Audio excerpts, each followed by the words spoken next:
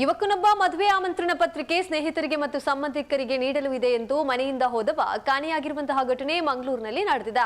ಮಂಗಳೂರು ನಗರದ ಜಪ್ಪು ಅರೆಕರೆಬೈಲು ನಿವಾಸಿ 32 ವರ್ಷ ಪ್ರಾಯದ ರಕ್ಷನ್ ಜೆಕೆ ತನ್ನ ಮದುವೆಯ ಬಗ್ಗೆ ಸಂಬಂಧಿಕರು ಹಾಗೂ ಸ್ನೇಹಿತರಿಗೆ ಮದುವೆಯ ಆಮಂತ್ರಣ ಪತ್ರ ನೀಡಿ ಬರ್ತೇನೆಂದು ಹೇಳಿ ಡಿಸೆಂಬರ್ 6ರಂದು ಬೆಳಿಗ್ಗೆ 11:30 ಗಂಟೆ ವೇಳೆಗೆ ಕಾರಿನಲ್ಲಿ ತೆರಳಿದ್ರು. ಮಧ್ಯಾಹ್ನ ಸುಮಾರು 1:30 ಗಂಟೆ ಆದರೂ ತಾಯಿಗೆ ಕರೆ ಮಾಡಿ ಅರ್ಧ ಗಂಟೆಯಲ್ಲಿ ಬರೋದಾಗಿ ತಿಳಿಸಿದ್ದು, ಬಳಿಕ ಮನೆಗೆ ಬಂದಿಲ್ಲ. ಹಲವು ಬಾರಿ ಕರೆ ಮಾಡಿದ್ರು, ಸ್ವೀಕರಿಸಿಲ್ಲ. ಸಂದೇಶ ಕಳಿಸಿದ್ರೂ ನೋಡಲಿಲ್ಲ. ರಾತ್ರಿ 10:30 ಗಂಟೆ ವೇಳೆಗೆ ಪುರಭವನದ ಬಳಿ ಕಾರು ಪತ್ತೆಯಾಗಿದೆ. ಆದರೆ ಕಾರು ಲಾಕ್ ಆಗಿತ್ತು.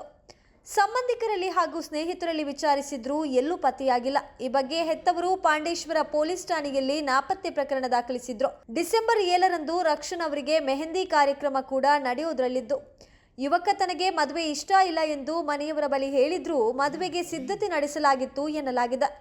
ಶನಿವಾರ ಮನೆಯಿಂದ ತೆರಳಿದ್ದ ಅವರು ಮಧ್ಯಾಹ್ನದ ರೈಲಿನಲ್ಲಿ ಚೆನ್ನೈಗೆ ಹೋಗಿದ್ದಾರೆ.